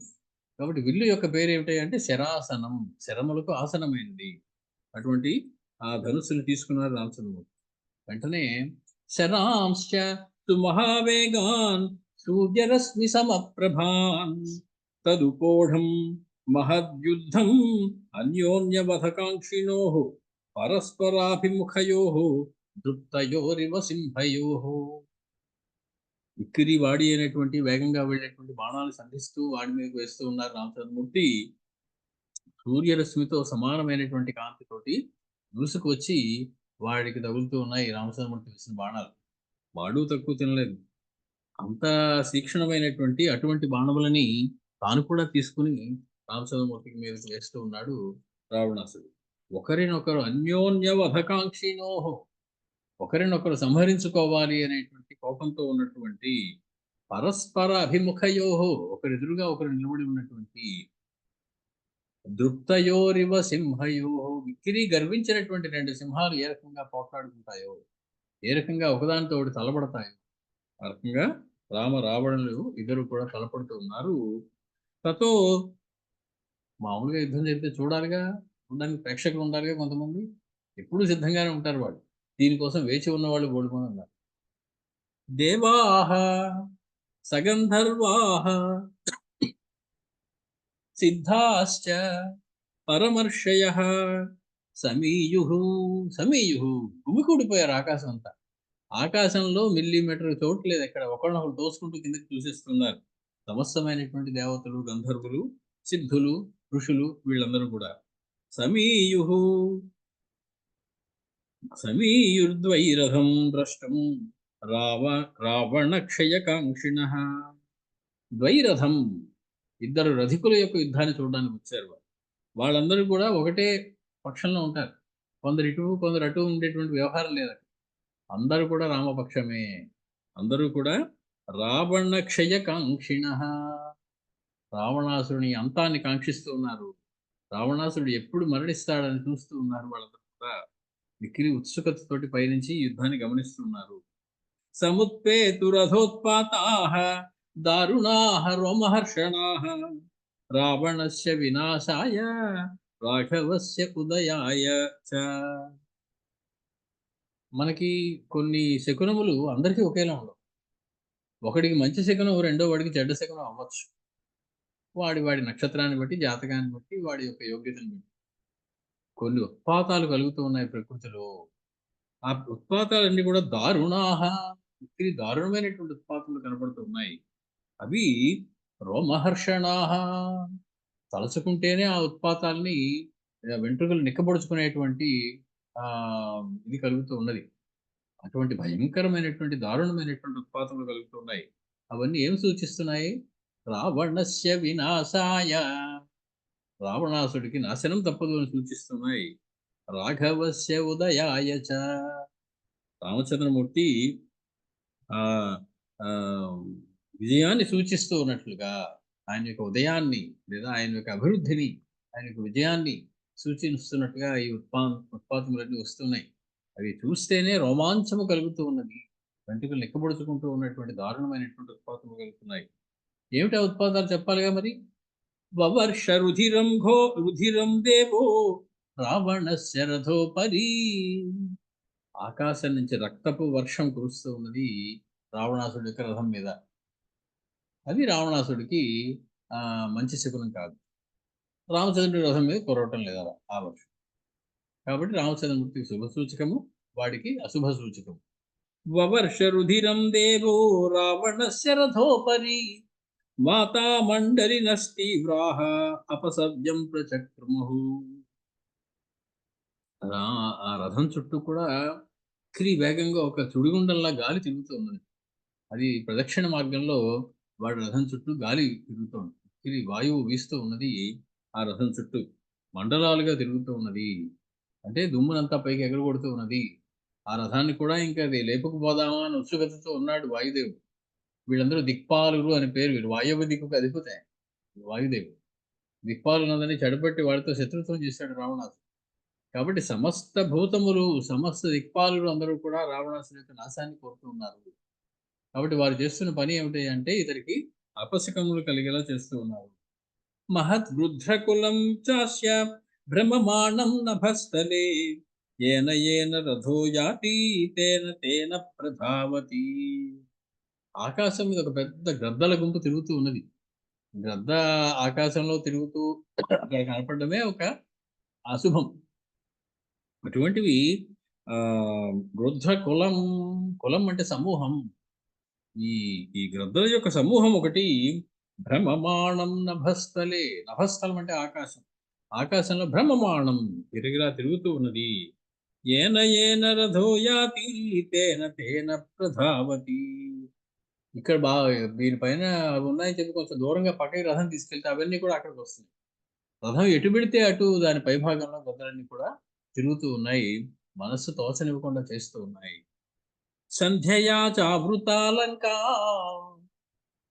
లంకా నగరం అంతా సంధ్యా చీకట్లు కమ్ముకుంటూ ఉన్నాయి. జపా పుష్ప నికాశయా. మిక్కిలి ఎర్రగా ఉండేటువంటి జపా పుష్పముల వలె ఉన్నటువంటి ఎరుపు రంగు అంతా పరుచుకుంది. అంటే సూర్యుడు అస్తమించడానికి సిద్ధమవుతూ ఉన్నట్లుగా కనపడుతుంది. మొత్తం సంధ్యాకాంతులు పరుచుకుంటూ ఉన్నాయి లంకా నగరం అంతా. దృశ్యతే సంప్రదీప్తేవా దివసేపి వసుంధరా. ఆ ఎర్రని కాంతులు భూమి మీదంతా పడి మంటలు మండుతుపోతున్నాయా భూమి అంతా అనిపిస్తోంది. ఎర్రని మంటలు వ్యాపిస్తున్నాయా ఇదంతా అన్నట్లుగా ఎర్రని కాంతి భూమండలం అంతా కూడా ఆ లంకా నగరం దగ్గర వ్యాపించి ఉన్నది. సనిర్ఘాతాః మహోల్కాశ్చ సంప్రపేతుర్మహాస్వనాః విషాదయంస్తే రక్షాంసి రావణస్య తదాహితాః. మొత్తానికి సనిర్ఘాతాః.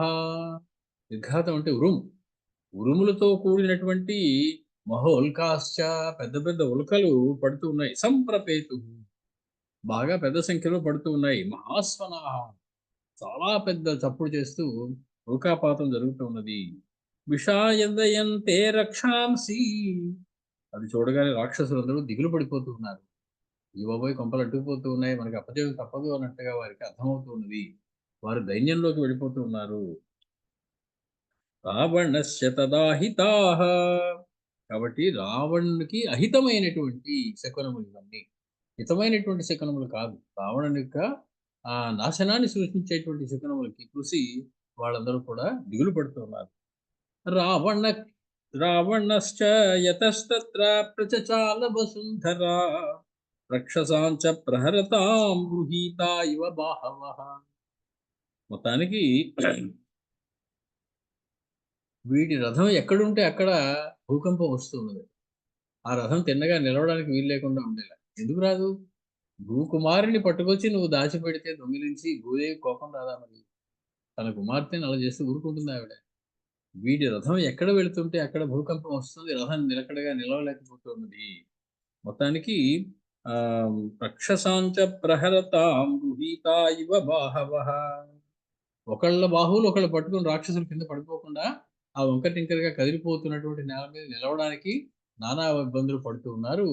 రాక్షసులు ఉన్నటువంటి ప్రదేశం అంతా కూడా భూకంపాలు వస్తూ ఉన్నాయి.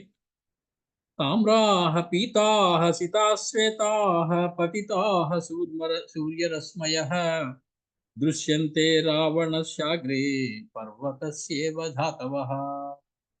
సూర్యుని కిరణములు ఎన్ని రకాలు ఎన్ని రంగులు మనం చెప్పుకున్నాం ఆది హృదయంలో. అన్ని రంగులు కనపడుతున్నాయి ఇప్పుడు. రకరకాల రంగుల్లో సూర్యకిరణాలు పడుతూ ఉన్నాయి. ఆ ప్రాంతమంతా సమ్మోహనం పడిపోతున్నారు జనం. ఏం జరుగుతుందో తెలియక. కాబట్టి తామ్రాహ ఎర్రనైనటువంటి, పీతాహ పచ్చనైనటువంటి, సితాశ్వేతాహ తెల్లనైనటువంటివి, నల్లమైనటువంటి, సూర్యరశ్మయ సూర్యకిరణములు పతితాహ పడుతున్నాయి. ఆ ఆ రథము వాడు ఉండేటువంటి ప్రాంతంలో ఒక పెద్ద పర్వతం మీద సూర్యరశ్మి పడినప్పుడు రకరకాల గైరికా ధాతువులు ఉంటాయి. ఆ ధాతువుల మీద పడినప్పుడు ఒకటి తెల్లగా, ఒకటి ఎర్రగా, ఒకటి ఆకుపచ్చగా ప్రకాశిస్తూ ఉంటాయి. ఆ రకంగా సూర్యరశ్మికి ఒక పర్వతం మీద ధాతువులు ప్రకాశిస్తున్నాయా అన్నట్లుగా ఆ రథం మీద అనేక రంగుల కిరణాలు పడుతూ ఉన్నాయి, సూర్యకిరణాలు. గృధ్రైః అనుగతాశ్చాస్య వమంతోజ్వలనం ముఖైః ప్రణేదుః ముఖమిక్ష్యంతః సంరబ్ధమశివం శివాః. శివా మన శివ అంటే పార్వతీదేవి మామూలుగా. శివ ఈయన పేరు, శివ ఆవిడ పేరు. ఒకే అర్థం ఉండదు మాటకి, రకరకాల అర్థాలు ఉంటాయి. శివ అనేటువంటి మాటకి అర్థం నక్క అని కూడా అర్థం. కాబట్టి నక్కలు, అనేకమైనటువంటి నక్కలు, గృధ్రైః అనుగతాః పైనుంచి గద్దలు తిరుగుతూ ఉంటాయి, కిందన నక్కలు తిరుగుతూ ఉన్నాయి. ఆడు నక్కలు శివ అంటే. ముఖైః జ్వలనం వమంత్యః వాటి ముఖాల్లోంచి అగ్ని రవ్వలు పుడుతూ ఉన్నాయి. అగ్నిని వెలుగెక్కుతూ ఉన్నాయి వాటి ముఖముల్లోంచి. అస్య రావణస్య ముఖమీక్ష్యంతః అవన్నీ కోపంగా ఎప్పుడు తినేద్దామా అన్నట్టు రావణుని యొక్క ముఖాలు కేసి చూస్తూ ఉన్నాయి. ఏమైనా ఇప్పుడు పడిపోతాడు, మనం ఇంకా తినేయవచ్చు వీడిని అన్నట్టుగా విపరీ కోపంతోటి రావణాసుని చూస్తూ ఉన్నాయి. సంరబ్ధం అశివం ప్రణేదుః మిక్కిలి తొందరతోటి అవి అమంగళకరమైనటువంటి ధ్వనులు చేస్తూ ఉన్నాయి. నక్కకోత వినడమే ఒక అమంగళకరమైనటువంటి వ్యవహారంగా పరిగణిస్తారు. అవన్నీ కలిసి ఆ రకంగా ఒక్కసారి అరుస్తూ ఉంటే, ఓళ వేస్తూ ఉంటే అదొక చాలా పరమైనటువంటి అమంగళంగా కనపడుతూ ఉంది. ప్రతికూలం వవే వాయురణే పాంశూన్ సముత్కిరన్ తస్య రాక్షసరాజస్య కుర్వన్ దృష్టి విలోపనం. వాయుదేవుడు ఇప్పుడు ఒక్కొక్క దిక్పాలకుడు చేస్తున్నటువంటి పని చెప్తూ ఉన్నారు. అలాగే ఒక్కొక్క పంచభూతముల్లో ఒక్కొక్కటి చేస్తున్నటువంటి పనులు చెప్తూ ఉన్నారు. ఈ ఈ ఉత్పాతాలు చూపించడానికి. ప్రకృతి ఎప్పుడూ ఉత్పాతాలు చేస్తుంది. అవి రామచంద్రుడికి పక్షపాతంగా వ్యవహరిస్తున్నాయి అనుకోవడానికి వీల్లేదు. అవి వ్యవహరించే తీరు ప్రకృతికి నష్టం చేసిన వాడికి ఇహనో ఇప్పుడో నీ అంతం రానుంది అని చెప్పడం కోసము ప్రకృతిలో పుడుతూ ఉంటాయి కొన్ని ఉత్పాతాలు. అలా పుడుతున్నటువంటి ఉత్పాతాలు ఇవన్నీ. అవి ప్రతికూలం వవౌ వవౌ వాయు వే వాయు వాయువు ప్రతికూలంగా వీస్తూ ఉన్నది అంటే తిన్నగా కళల్లోకి వస్తూ ఉన్నది. ఆ దుమ్మునంత పాంసూన్ సముత్కిరన్ ఆ దుమ్మునంతటిని కూడా విరజిమ్ముతూ మిక్కిరి వేగంగా ఎదురుగాలి కొడుతూ ఉంది రావణాసుడికి. అప్పుడు ఏమైంది? తస్య రాక్షస రాజస్య కుర్వన్ దృష్టి విలోపనం కళ్ళు నులుముకుంటూ ఉన్నాడు. కంటి ముందు ఏమి కనపడటంలా, కళ్ళు తెరిస్తే దుమ్ము పడుతూ ఉన్నది 20 కళ్ళల్లోనూ కూడా. కాబట్టి వాడు సరిగ్గా చూడలేకుండా ఉన్నాడు ఏం జరుగుతుంది అన్నది. నిపేతుః ఇంద్రాశనయః సైన్యే చాస్య సమంతతః దుర్విషః విషహ్యస్వనా ఘోరం వినా జలధరోదయం. జలధరోదయం వినా మేఘాలు లేవు ఆకాశంలో. ఆకాశం బానే ఉంది. అయినప్పటికీ ఘోరమైనటువంటి సహింపశక్యము కానటువంటి ఇంద్రాశనయః శని అంటే పిడుగు. ఇంద్రాశని అంటే దేవేంద్రుడు ఆ మేఘాలకు అధిపతి. కాబట్టి ఈ పిడుగుల్ని కూడా అతడే నియంత్రిస్తూ ఉంటాడు. అందుకే అశని, ఇంద్రుడికి ఆయుధానికి కూడా అశని అని పేరు. కాబట్టి ఇంద్రాశనయ పిడుగులు కర్ణ కఠోరంగా వినపడుతూ ఉన్నాయి, పిడుగులు పడుతూ ఉన్నాయి ఆ సైన్యాన్ని మధ్యలో. దిశశ్చ ప్రదిశః సర్వాః బభూవుః తిమిరావృతాః దిక్కులు విదిక్కులు అన్నీ కూడా చీకట్లో కమ్ముకుంటూ ఉన్నాయి. పాంసు వర్షేణ మహతా దుర్దర్శంచ నభో భవతు. ఈ ఆ పాంశం అంటే రజస్సు. ఆ బూడిద, దుమ్ము. ఆ దుమ్ము పైకి రావడం వల్ల ఆకాశం కేసి చూస్తే ఆకాశం కనపడటం లేదు. కేవలం దుమ్ము మాత్రమే కనపడుతుంది. అంత ఘోరమైనటువంటి దుమ్ము పైకి లేస్తున్నది. కుర్వంత్యః కలహం ఘోరం పారికాస్తద్రథం ప్రతి నిపేతుః శతశస్తత్ర దారుణాః దారుణారుతాః. దారుణారుతాః, దారుణమైనటువంటి రుతము లేదా అరుపు కలిగినటువంటి దారుణమైనటువంటి వందల కొద్దీ సారికలు. సారికలు అనే మాటకి గోరింక అని అర్థం. గోరింకలు ఘోరంగా వాళ్ళలో ఆ వాటిల్లో అవి దెబ్బలాడుకుంటూ అవి కూడా కర్ణ కఠోరమైనటువంటి శబ్దాన్ని చేస్తూ ఉన్నాయి. భయంకరంగా అరుస్తూ ఉన్నాయి. వందల కొద్దీ గోరింకలు ఒకేసారి. జగనేభ్యః స్ఫులింగాంశ్చ నేత్యేభ్యో అశ్రూణిపం సంతతం మూచుః తస్య తురగాః తుల్యమగ్నిం చ వారి చ. గుర్రములున్నాయి. నల్లని గుర్రములు, బలమైన గుర్రములు, వేగంగా వెళ్ళే గుర్రములు అన్నీ బాగున్నాయి.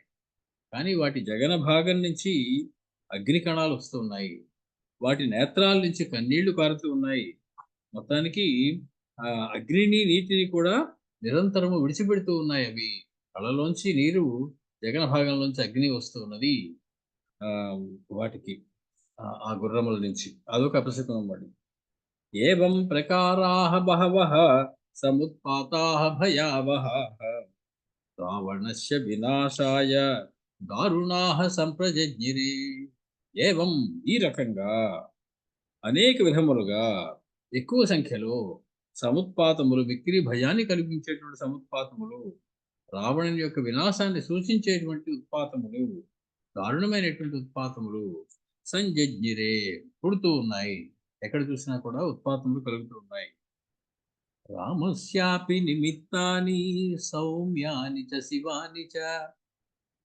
రామచంద్రమూర్తికి ఏమీ కనపడటం లేదండి శకునాలు. కనపడ్డాయి. ఆయనకి కనపడ్డ శకునములు, నిమిత్తము అంటే శకునం అని అర్థం. రావణస్య నిమిత్తాని సౌమ్యాని శివాని చ. చాలా సౌమ్యమైనటువంటి, మంగళప్రదమైనటువంటి ఆ అంతరిక్షంలోనూ, ఆకాశంలోనూ, భూమి మీద కూడా కొన్ని లక్షణాలు కనపడుతున్నాయి. బభూవు జయశంసీని ప్రాదుర్భూతాని సర్వశః. ఎటువంటి ఉత్పాతములు లేదా శకునములు వస్తే రామచంద్రమూర్తికి విజయం కలగబోతోందో ఆ విజయాన్ని సూచించేటువంటి శకునములు రామచంద్రమూర్తి వైపు కూడా కనపడుతున్నాయి. నిమిత్తాని చ సౌమ్యాని రాఘవః స్వజయాయ వై దృష్ట్వా పరమ సంభృష్టో హతం మేనే చ రావణం. రామచంద్రమూర్తికి తెలియని శాస్త్రం లేదు, తెలియని విద్య లేదు. ఈ శకున శాస్త్రం కూడా బాగా తెలిసాయి. వాడికి వస్తున్నటువంటి శకునాలు చూశారు, తనకి దగ్గరికి వస్తున్నటువంటి శకునాలను చూశారు. వెంటనే అర్థమైపోయింది, ఈ సౌమ్యమైనటువంటి, మంగళప్రదమైనటువంటి ఈ శకునములు ఏవో నాకు కనపడుతున్నవి ఏవైతే ఉన్నాయో, స్వజయాయ వై, నేను గెలుస్తానని చెప్తూ ఉన్నాయి నాతోటి. శకునం మనకి ప్రకృతి ఇచ్చేటువంటి ఒక హెచ్చరిక. నీ కార్యం దిగ్విజయం అవుతుందనో, లేదా నీ కార్యం విఫలమైపోతుందనో. శకునం ఎలాగ మన కార్యం పాడు చేస్తుంది అంటే, అది అప్పుడే బయలుదేరి బయటకు వచ్చాం ఎక్కడికో వెళ్ళాలని. ఒక నక్క దగ్గరగా వచ్చి దారుణంగా, లేదా ఒక కుక్క బాగా గట్టిగా ఏడిచింది. మనస్సంతా వికలమైపోతుంది. వికలమైపోయిన మనస్సుతో నువ్వు ఆ కార్యంలోకి వెళితే సరి అయినటువంటి నిర్ణయాలు తీసుకోలేవు. కాబట్టి నీ కార్యం పాడవుతుంది. నిన్ను నీ కార్యనిర్వహణలో సరి అయినటువంటి నిర్ణయాలు తీసుకోకుండా నీ మనస్సుని విరిచేసేది అది అనేది అపశకునం అనేది. కాబట్టి శకునాలు ఎలా పనిచేస్తాయంటే మన మనస్సు మీద ప్రభావం చూపిస్తాయి. కాబట్టి ఆ ద్వారా అవి పనిచేస్తాయి. కాబట్టి అంటే మనస్సుకి ప్రశాంతతను కలిగించేది శుభశకునం. మనస్సును ఉద్వేగపరిచి చికాకు పరిచేది దుశ్శకునం. కాబట్టి వాడికి దుశ్శకునాలు కనపడుతున్నాయి, నాకు అన్ని శుభశకునాలు కనపడుతున్నాయి. కాబట్టి పరమ సంహృష్ట, చాలా ఆనందపడిపోయారు రామచంద్రమూర్తి. హతం మేనేచ రావణం. అమ్మ అయిపోయింది, ఇక్కడితోటి రావణాసురుడు మరణించినట్లే అని ఒక నిర్ణయానికి వచ్చేసారు రామచంద్రుడు. తతో నిరీక్షాత్మగతాని రాఘవోరణే నిమిత్తాని నిమిత్త కోవిదః జగామహర్షం చ పరాం చ నిర్వృతిం చకార యుద్ధే హ్యధికం చ విక్రమం. ఛందస్సు మారిందంటే సరిగ్గా పూర్తవుతోంది అని అర్థం. మనం 106వ సెకండ్ పూర్తి చేసుకోబోతున్నాం. తతో నిరీక్ష్య ఆత్మగతాని రాఘవః రణే నిమిత్తాని నిమిత్త కోవిదః. మనం ఏమి చెప్పదలుచుకున్నామో, ఏం ఆలోచిస్తామో మహర్షికి తెలుసు. తర్వాత శ్లోకంలో వాడేస్తారు ఆయన పదం. నిమిత్త కోవిదః. శకున శాస్త్రము బాగా తెలిసినటువంటి రామచంద్రమూర్తి రాఘవుడు ఆ యుద్ధంలో ఆత్మగతాన్ని తన వైపు వస్తున్నటువంటి శుభశకములన్నింటినీ కూడా చూసి జగామ హర్షంచ పరాంచ నిర్వృతి, సంతోషాన్ని పొందారు. పరంచ నిర్వృతి, నిర్వృతి అంటే శాంతి, పరమమైనటువంటి శాంతిని కూడా పొందారు రామచంద్రమూర్తి. ఇదివరకు ఎలా ఉండేవారు? దీనహ. అగస్త్యుడు వచ్చే సమయానికి దీనంగా ఉన్నారు రామచంద్రమూర్తి. ఎందుకని? యుద్ధంలో అలసిపోవడం వల్ల కాదు, నిర్ణయం తీసుకోలేక అలసిపోయారు. వీడిని చంపడమా వదిలేయడమా, ఎంత పెద్దవాడు ఇన్ని తపస్సులు చేశాడు అని చింతలో ఉన్నటువంటి ఆ రామచంద్రమూర్తి దగ్గరికి వచ్చారు అగస్త్య మహర్షి. కాబట్టి ఇప్పుడు జగామ హర్షంచ పరాంచ నిర్వృతిం, పరమైనటువంటి సుఖాన్ని పొందారు. నివృత్తి అంటే సుఖము, శాంతి, దాన్ని పొందారు. అలాగే సంతోషాన్ని కూడా పొందారు. ఈ సంతోషము, ఈ నివృత్తి ఇప్పుడు శకునాల వల్ల వచ్చింది కాదు. అప్పుడు అగస్త్యుడు ఇచ్చినటువంటి ఆదిత్య హృదయాన్ని జపించడం వల్ల వచ్చిన సంతోషం, అది జపించడం వల్ల వచ్చినటువంటి శాంతి, అది ఇప్పుడు ప్రకటన అవుతూ ఉన్నది.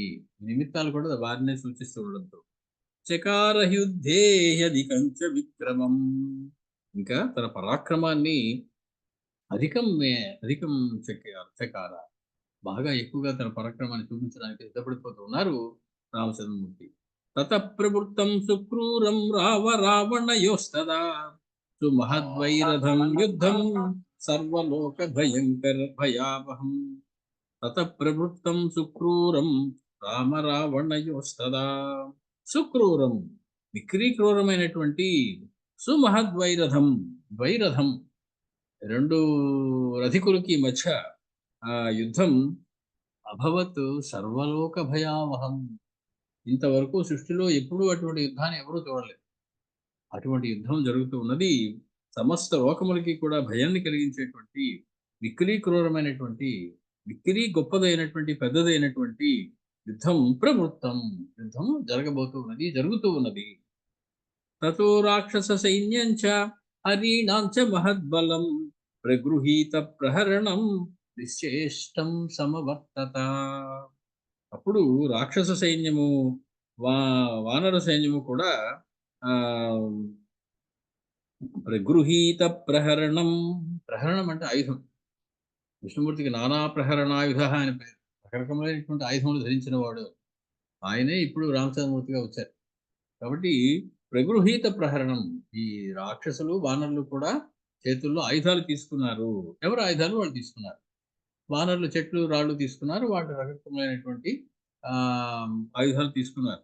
నిశ్చేష్టం సమవర్తత, మొత్తానికి ఒకరినొకరు చూసి ఇటువంటి యుద్ధం జరుగుతోందా అని ఆశ్చర్యపోయి నిశ్చేష్టులు అయిపోయారు అందరూ కూడా. ఒకరిలో కూడా కత్తివాటుకు నెత్తురు చొక్కు లేదంటారు, ఆ రకంగా అయిపోయారు. నిశ్చేష్టులు అయిపోయి నోరు వెళ్ళబెట్టుకుని చూస్తూ ఉన్నారు రెండు పక్షాల వాళ్ళు కూడా. అయ్య బాబోయ్! ఏమిటి యుద్ధం? ఇటువంటి యుద్ధం మనం ఎప్పుడు చేయలేదు అని.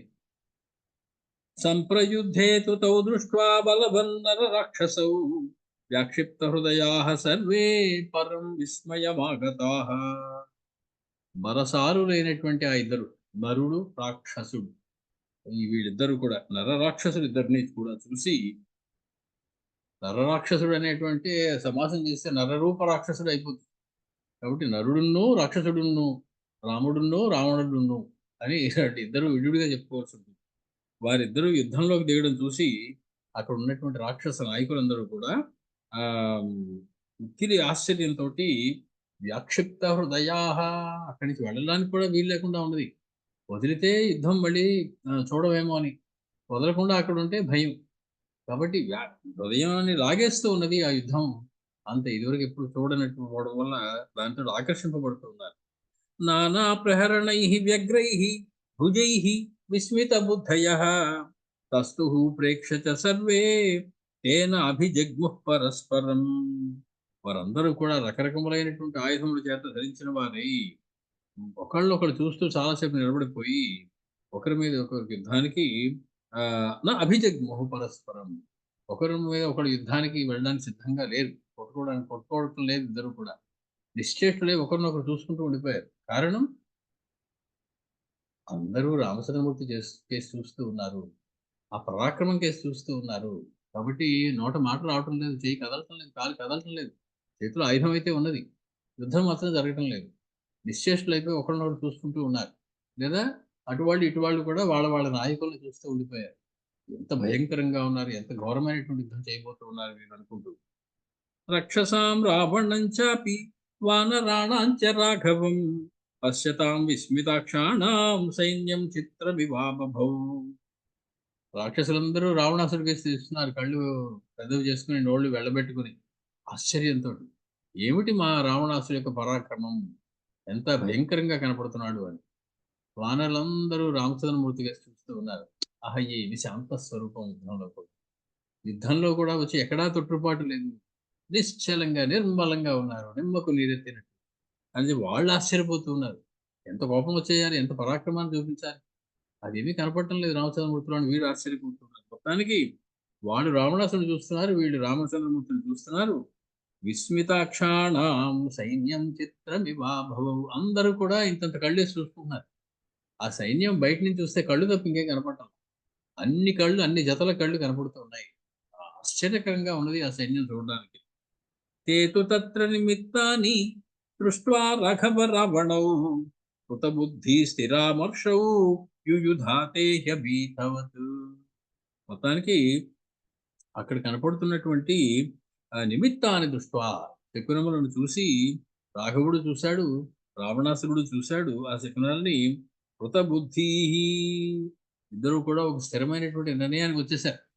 రామచంద్రమూర్తి రావణ సంహారం చేయాలి అనే నిర్ణయానికి వచ్చేశారు. రావణాసురుడు నాకిక మరణం తప్పదు ఈయన చేతిలో అమ్మయ్య! అనేటువంటి నిర్ణయానికి వచ్చేసి ఉంటాడు బహుశా. మొత్తానికి ఇద్దరూ ఎవరి స్థిర నిర్ణయానికి వారొచ్చారు. అది ఏమిటి అనేది మహర్షి మనకి చెప్పరు. ఇద్దరు స్థిర నిర్ణయానికి వచ్చినటువంటి వారై, స్థిర అమర్షౌ, స్థిరమైనటువంటి కోపం కలిగినటువంటి వారై, అభీతవత్, ఇద్దరిలోనూ భయం కనపడటంలా. ఒకళ్ళని చూసి ఒకళ్ళు భయం మాత్రం పడటంలా. ఇంతటి పరాక్రమం కలిగినటువంటి శత్రువు నాకు దొరికాడా! నా జన్మ ధన్యమైంది అనుకుంటున్నారు ఇద్దరు. చేస్తే ఇలాంటి వాడితో కదా యుద్ధం చేయాలి అనుకుంటున్నారు ఇద్దరు.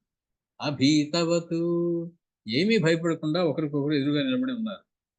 జేతవ్యమితి కాకుస్థః మర్తవ్యమితి రావణః ధృతౌ స్వవీర్య సర్వస్వం యుద్ధే దర్శయతాం తదా.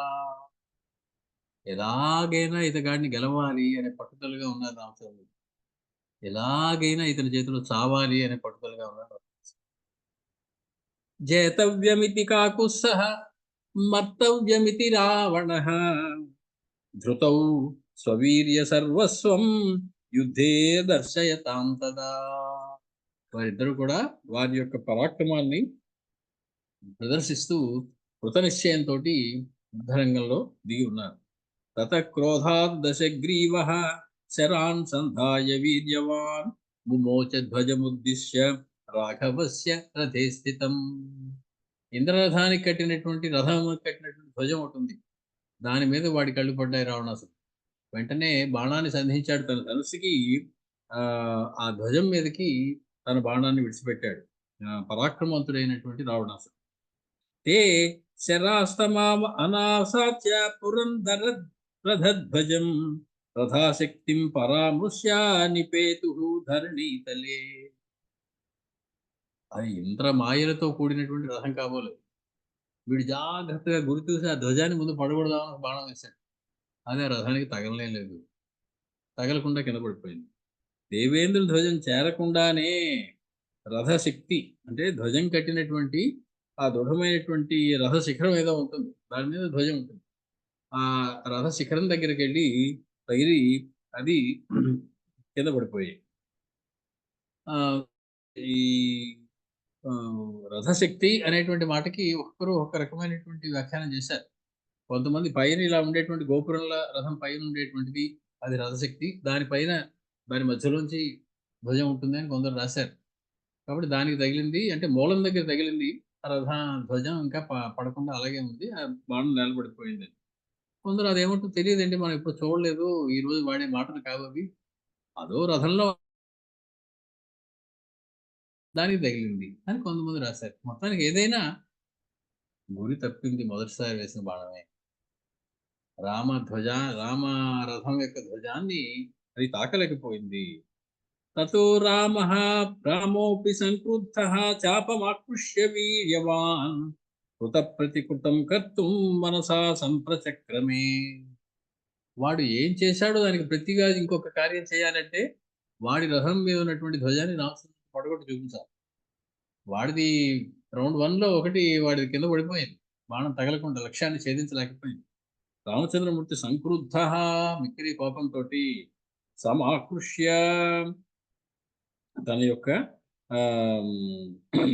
పరాక్రమంతోటి కోపించినటువంటి వాడై అకృష్య బలంగా ఆ వింటినారిని లాగి ప్రతికృతం కర్తుం ప్రతీకారం చేయాలి అనేటువంటి కోరికతోటి మనసా సంప్రచక్రమే మనసులో నిర్ధారణ చేసుకుంటూ ఉన్నారు.